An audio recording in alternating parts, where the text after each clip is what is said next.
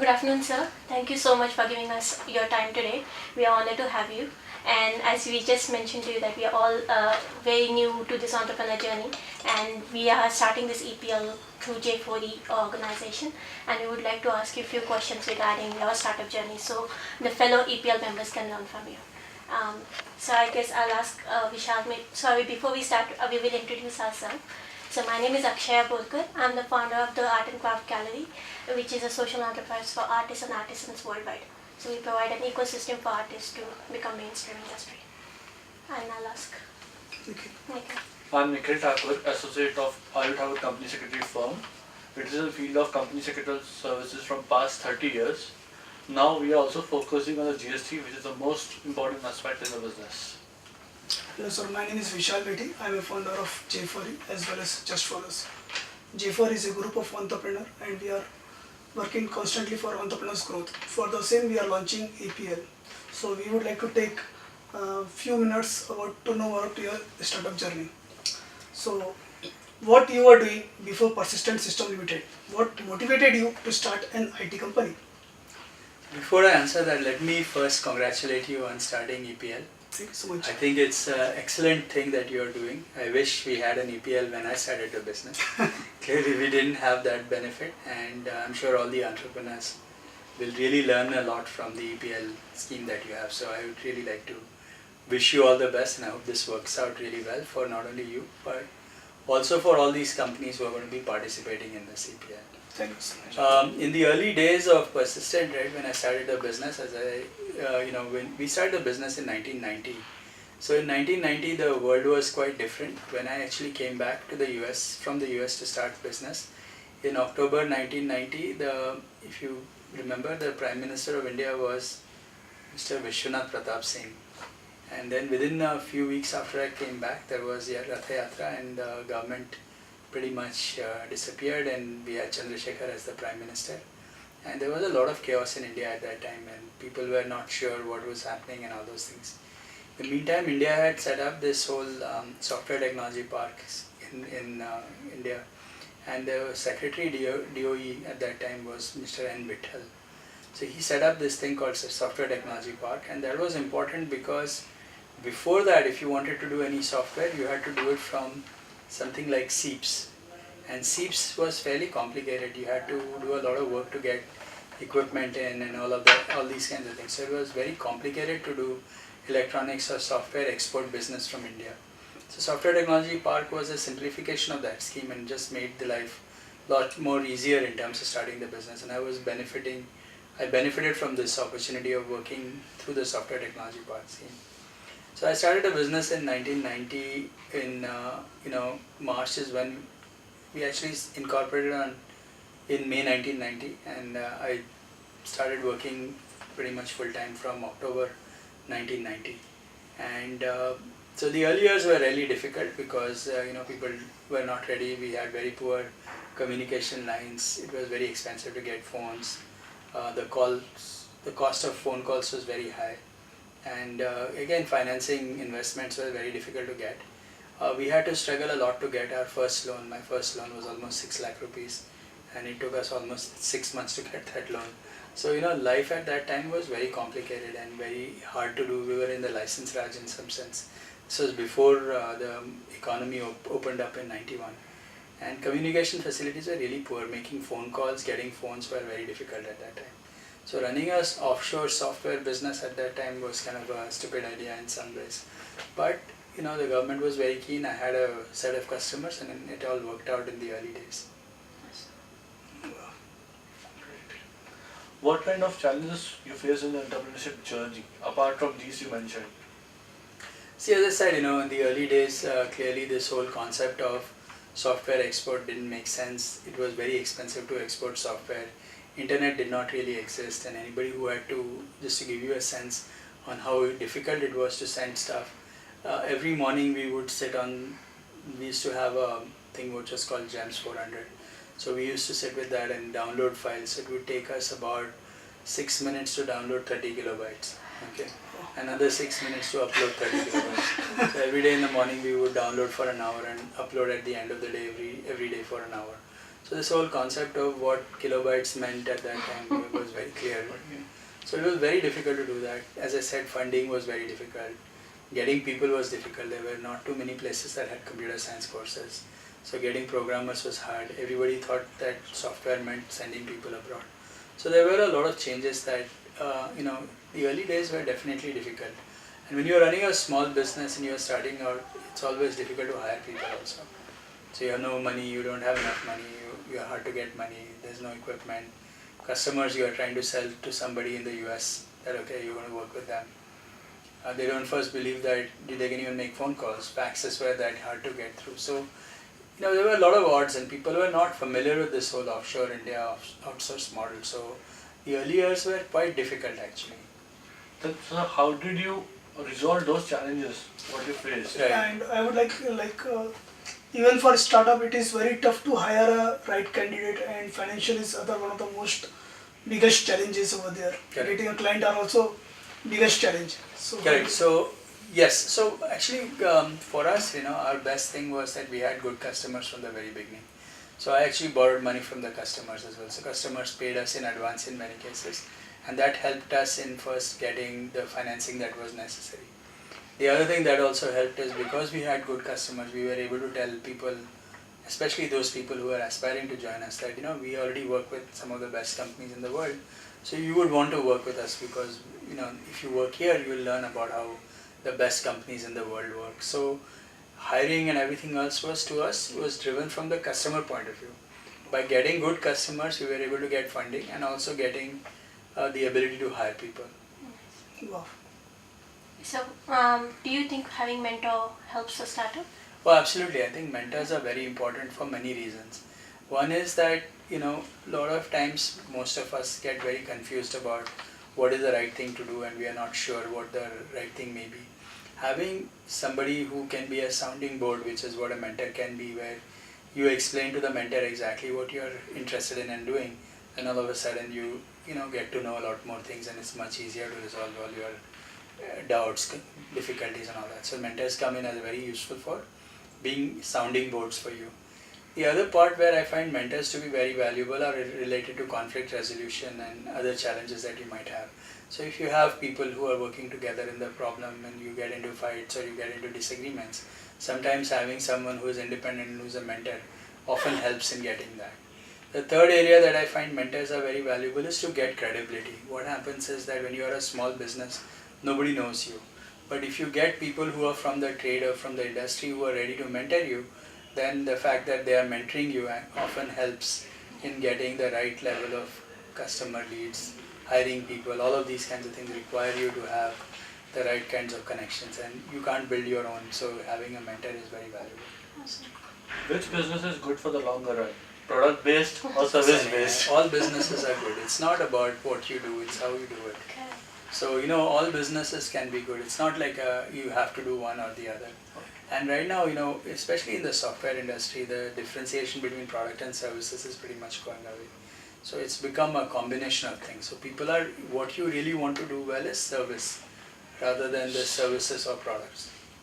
Okay. How did you scale your startup and position it better than your competitors? So, scaling happened gradually and eventually. It doesn't happen all of a sudden or overnight. You have to keep building on it, and as you all know about the importance of compounding, when you keep doing the same thing again and again and you get better at it, and if you start growing at say in a certain percentage every year, all of a sudden the compound interest equivalent starts to play a role and you will start to see that the business grows. So businesses grow gradually and sequentially, and you have to find the right niche, and if you get the right niche, then some growth spurts happen and that help in growing the business really fast.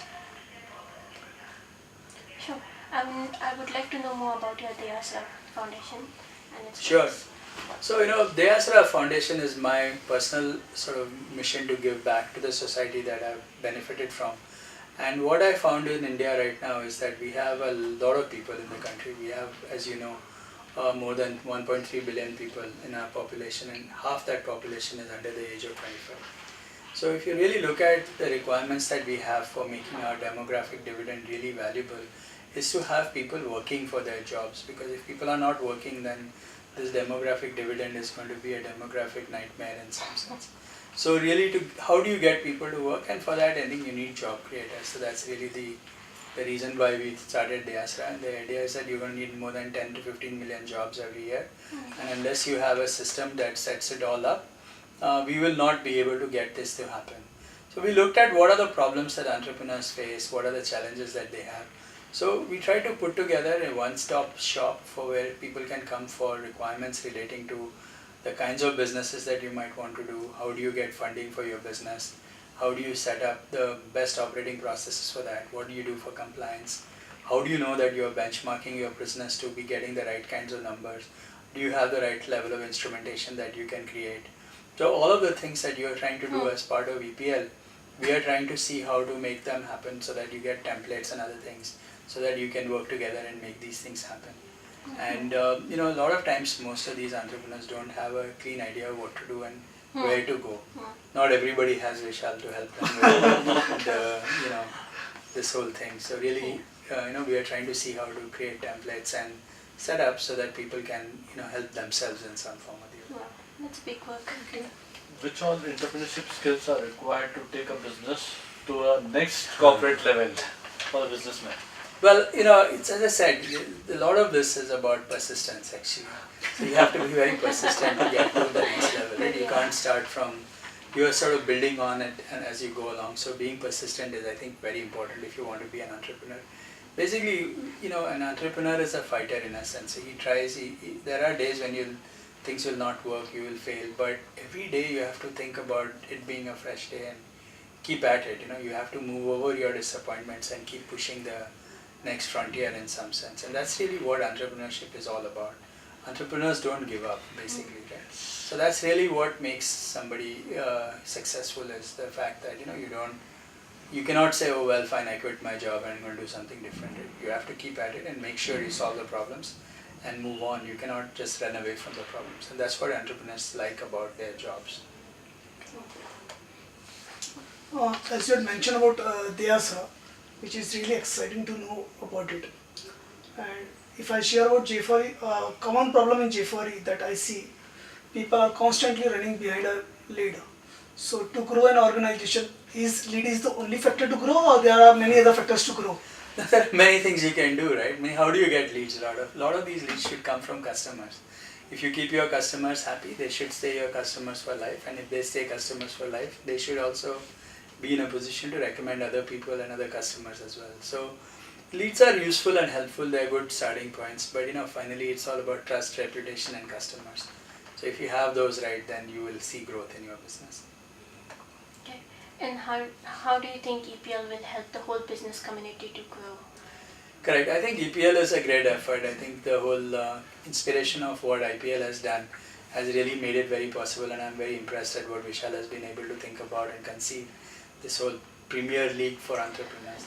And the whole idea again is that we are entrepreneurs, all right, but we have our own challenges and difficulties, and we usually don't have someone to help us and guide us on many of these things. So we end up doing many things on our own. With IPL, you see how competitive effort the teams have helped each other. So the whole idea on EPL where we get fellow entrepreneurs to work together and help each other to really grow as a community is really very, very fascinating. So the aspects of EPL that I really like are the fact that you get to learn some of the best trades in some sense, whether it is techniques and other things that you might use, whether it's for customer management or human resource management, employee management, all of these kinds of things. And Vishal is a very persistent person, so we will get people to make these good habits that he would want people to do. So all these would become habits for people, and you would follow them through. And if you are able to do the hygiene right, basically get the processes set up correctly, you have compliance that you need to have, you have all the activities that you need to have, and you make a habit out of it, you will really get good at doing your business, and it will really help your business in the long term as well. So I think this is a great opportunity for leveraging the community, entrepreneurs in the community, to work together and somehow learn from each other how to get better at our business. And I think everybody can benefit from an EPL. Sir, how can you contribute to the entrepreneurs community? in the EPL. You can share about theirs or other experience also. No, so I'm very excited by what you guys are doing in EPL, and I'll be quite happy to help in some of the activities that we are doing. And I think I have been working a lot on how to work on two sets of things that I've been working on. One is at Deyasra, we are trying to help this very small businesses, really micro businesses, to set up and run. We have been helping them with benchmarks and various other things. But I also have another set of work that I've been working with another colleague and friend, gentleman called Ashok Korwar, around how you grow and scale businesses. So how do you grow businesses that tend to feel like they are stagnant in some form or the other. And I think some of the learnings that we have from these three things that we have been working on, I think I'm happy to contribute. And I've been talking to Vishal off and on, and I'll be happy to help him as he looks ahead of this EPL.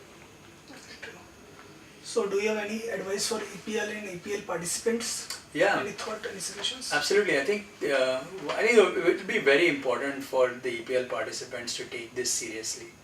So I think there is a lot of things that we are going to demand in some sense. EPL is going to demand people to do more and more things.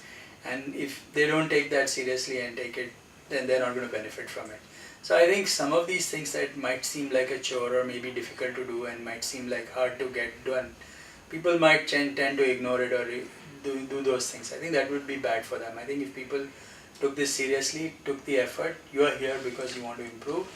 And if you want to improve, then you have to do something about it. You cannot just do what you have always done, because that's not how you will get the growth that you need to get.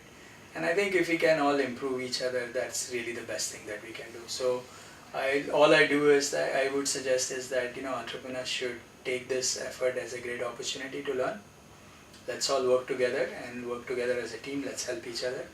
And I think if you do the basic things right, I'm very confident that all businesses will benefit from this in the long term.